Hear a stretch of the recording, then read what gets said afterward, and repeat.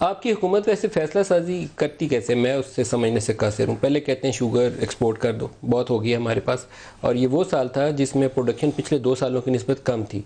2016, 17, 17, 18 में हमारे यहाँ प्रोडक्शन ज़्यादा थी। जिस साल एक्सपोर्ट की आपकी हुकूमत ने इजाज़त दी, प्रोडक्शन भी कम थी।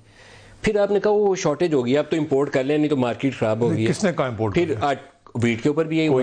कोई चीनी की इंपोर्ट करने की बात कभी भी नहीं हुई, कोई ज़रूरत नहीं है। बहुत अभी रिपोर्ट के अंदर रिकमेंडेशन है कि 110 रुपये तक कीमत चली जाएगी। तो ये फिर देखें, रिपोर्ट लिखने वाले जो लोग हैं वो माशाल्लाह FIA के और ऐसे इदारों के हैं, उनको मार्केट कंडीशन का पता नहीं है। इस रिपोर्ट में कुछ भी नहीं है नदीम मलिक।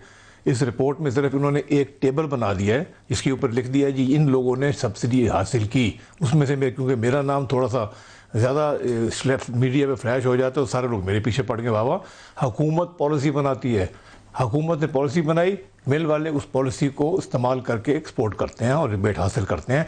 रिबेट प्रॉफिट नहीं होता।